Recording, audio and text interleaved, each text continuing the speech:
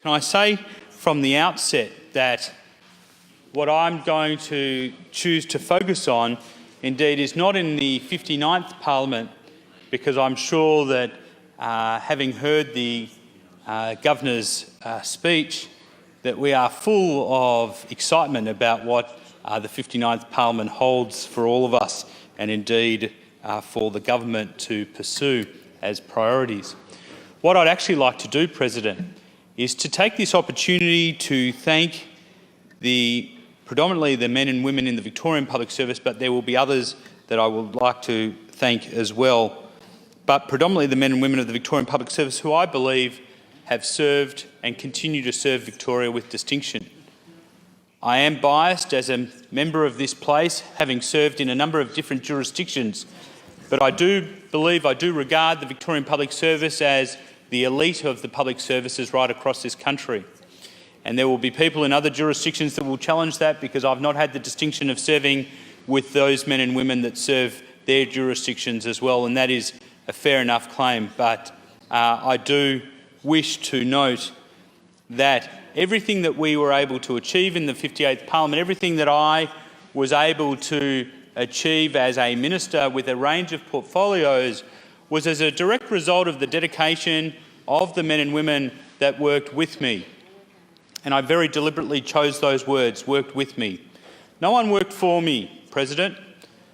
Could not have achieved anything that we did if it hadn't have been that desire to work collaboratively, openly, and in an attempt to improve the lives of the men and women, the boys and girls, those yet to choose Victoria as home and those yet to be born into Victoria, but nonetheless a future that is bright as a result of the work that we undertook.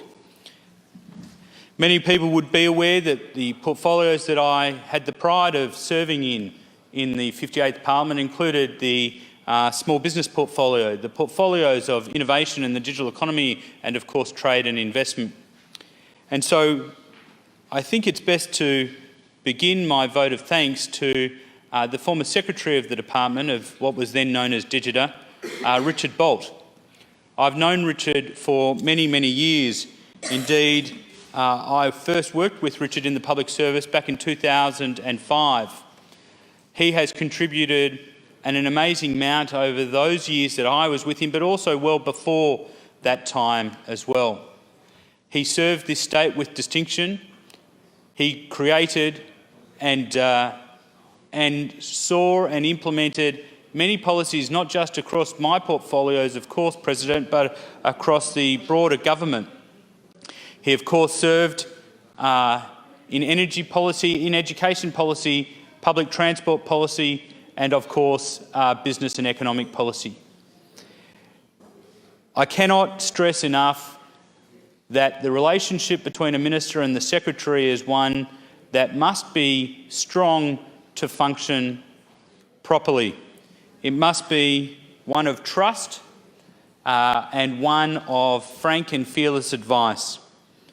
And for those people that will serve in years to come as a Minister of the Crown, Minister of a Republic, let's hope, an opportunity to serve this state with distinction is to be able to have public servants that do give them frank and fearless advice, that do question and challenge what a minister is wanting to achieve and how they are wanting to achieve it in order to achieve those outcomes. And for the record, I take up Ms Lovell's interjection in support of those comments of Richard Bolt, and I do thank her for those. He was a wonderful secretary across a range of portfolios, Ms Lovell, and I thank you. I also had the distinction of serving with my lead Deputy Secretary, Justin Hannay, who has since gone on to take over the role as Chief Executive of the City of Melbourne. Let me say I've never worked with a finer public servant than Justin Hannay.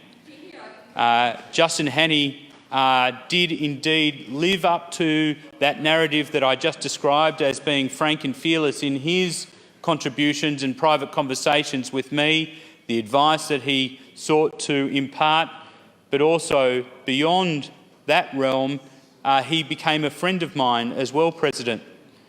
And of course, to be able to have a relationship transcend the professional to the personal is no greater example than building a strong relationship between two people. I only wish him well in his role as CEO from the City of Melbourne, President, because, of course, for all of us that are in this place, that whether we are representing the metropolitan area, out of suburban or indeed rural and regional areas of Victoria, of course we appreciate that when Melbourne prospers, when Melbourne is at its strongest, we know that that helps the regions and the country areas to also be at their pinnacle. It's a big role, but it's one that I know that Mr Haney will be able to fulfil with great aplomb. Other secretaries that I worked with in a range of departments from time to time, I thank them for their contributions and friendship as well. I had a number of deputy secretaries that also worked alongside me in those portfolio matter areas: Tim Ada, Ganu Surbest, Lil Healy and Matt Carrick. Matt Carrick has gone on to be the CEO of State Trustees. Lil Healy's gone on to a different area in the 59th Parliament. Tim Ada's gone into the Department of Premier and Cabinet. And of course, I'm very proud that Ganu Surbest was appointed as the Deputy Secretary for Trade whilst I was the Trade Minister, because diversity, yes, is an issue about gender predominantly, and if you get the issue of gender diversity right, then of course you can try and assist in so many other diversity pieces. But to be able to have Ganu Surbest, a woman of ethnic background, of Turkish background indeed, to be able to have her achieve the role of Deputy Secretary means that she is able to provide, I guess, an example to other women of non-English speaking backgrounds, President, that they too can achieve great things in the Victorian Public Service. And having role models, having examples that people can see and identify with is super important for what we're trying to achieve. Can I say that Lil Healy was an amazing Deputy Secretary to work with. Never once did I ever question her judgment. Never once did I ever take her for anything other than the professional that she was, and I valued very deeply the relationship, the professional relationship that we built. But of course, the Deputy Secretaries don't do the work alone, President. Just as in this Parliament we get to stand up and take the glory of the microphone, this Parliament wouldn't function without the attendants, without Hansard, without, of course, the clerks assisting us each and every step of the way, without maintenance, making sure that the bells are working, the lights are turned on. It takes everybody in this place in order for this place to work and function at its best.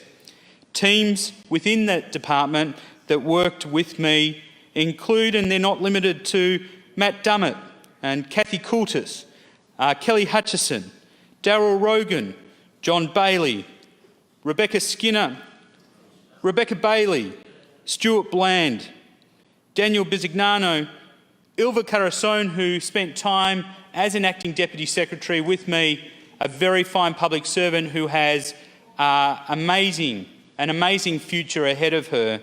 And of course, Bob Cullen, who worked with me assiduously within the small business portfolio to see some of the wonderful outcomes that we were able to achieve as a government.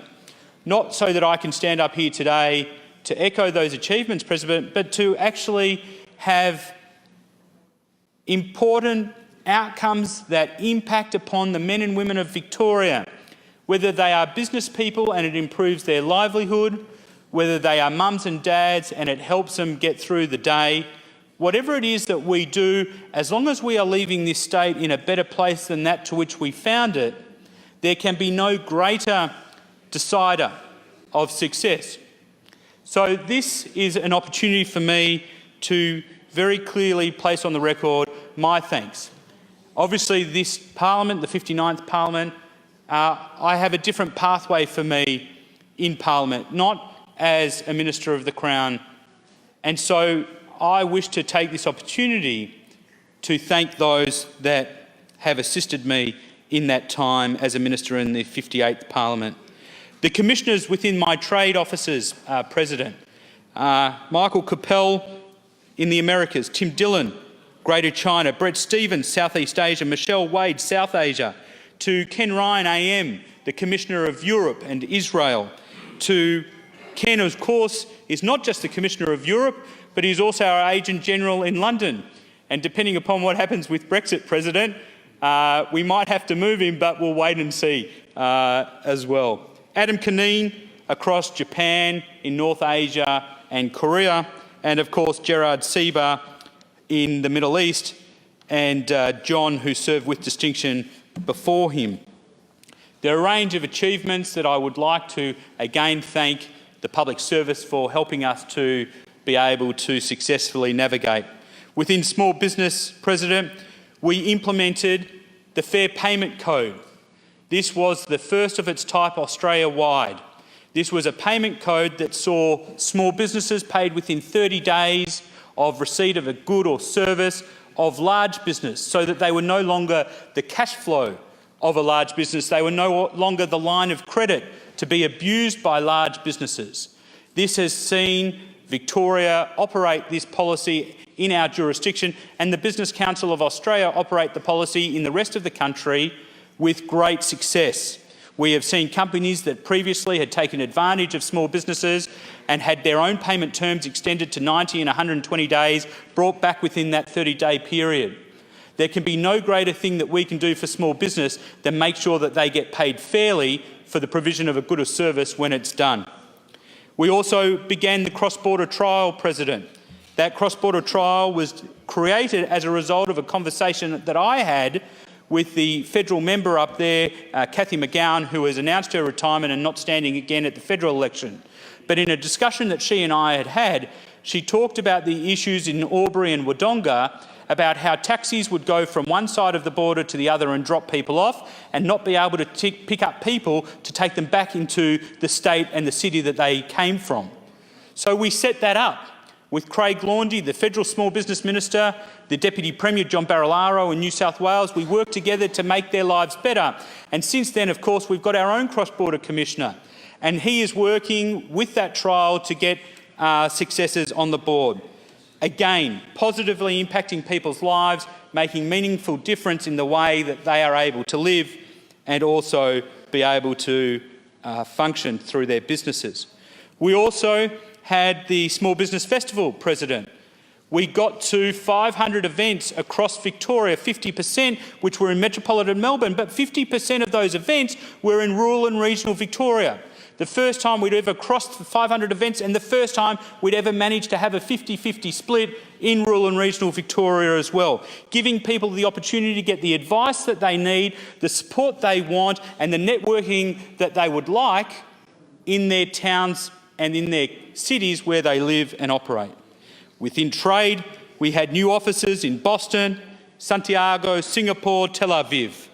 We rebadged the Victorian Government's Trade and Investment Network, something that had not been looked at for over 15 years. We implemented strategies in Southeast Asia, Latin America and India. And of course, within innovation, President, let me mention some names: Slack, Square, Zendesk, Etsy, Eventbrite, GoPro. These are international superstars within the tech community that have chosen Melbourne as their Asia-Pacific headquarters. Culturamp, 99 Designs, Live Tiles, companies that have come back to Melbourne, what I call the boomerangs, President, companies that have sought to return to Melbourne and bring their international success back here. And of course, let's celebrate our tech unicorns. Here, Car Sales, Seek, REA, Invato, Airwallex, Aconex. These are fantastic celebrations of success. And of course, for us to continue to success, we need to eschew, not just eschew, we need to absolutely kill the tall poppy syndrome. I could go on for a lot longer, President. My time, unfortunately, is about to draw to a close. So I wish those ministers that have taken these portfolios on the very best. Ministers Pakula, Somyurek, to the Treasurer, Tim Pallas, I wish you nothing but success, because that means Victoria is succeeding. And lastly, I wish the best to Secretary Simon Femister, who leads the new department. May you and all of the other public servants, Simon, continue to do great things for Victoria, and I thank you.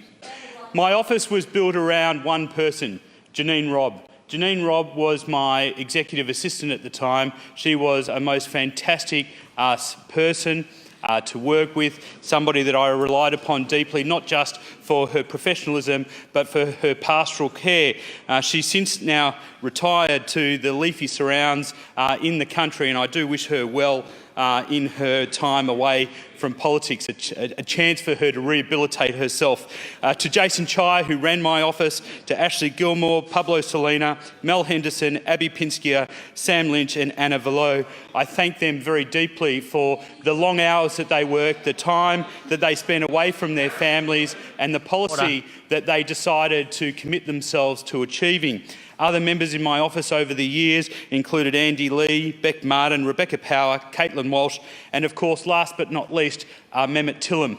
Mehmet was my first Chief of Staff, a man that I love very deeply. We always used to joke that he was a Turkish Muslim and I was a Greek Jew, and if we could work together, we could solve the problems of the world.